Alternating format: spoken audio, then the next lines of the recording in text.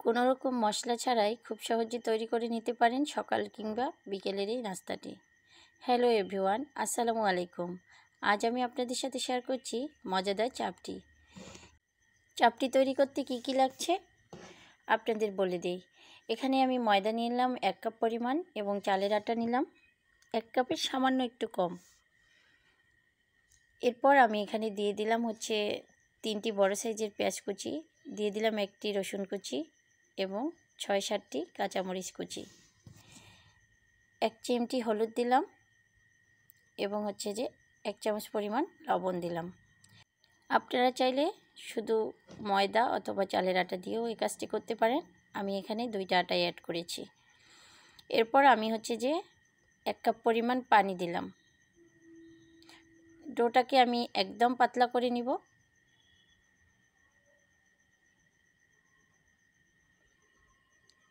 এভাবে আমি আরও 1 কাপ পানি অ্যাড করে দিব। এভাবে আমি খুব ভালোভাবে একটু নেড়ে নিয়ে একটা পাতলা ব্যাটার তৈরি করে নিব।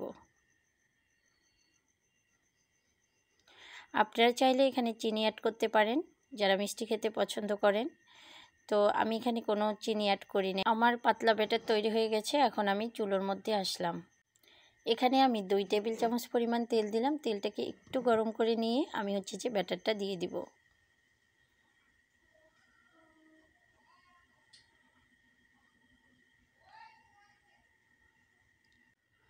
দিয়ে আমি একটু ছুরি দিয়ে পাতলা করে দিচ্ছি।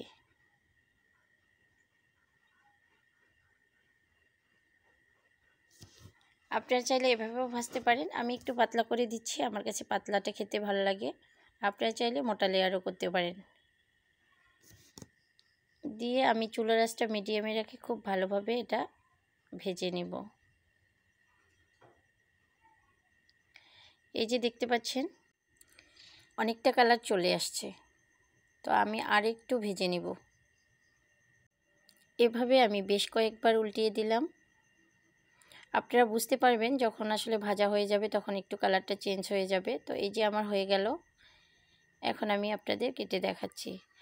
আমার ভিডিওটি যদি ভালো লাগে অবশ্যই একটা লাইক করে দিবেন। যারা ফেসবুক থেকে দেখছেন আমার পেজটিকে ফলো করবেন। যারা ইউটিউব থেকে দেখছেন আমার চ্যানেলটিকে সাবস্ক্রাইব করে দিবেন।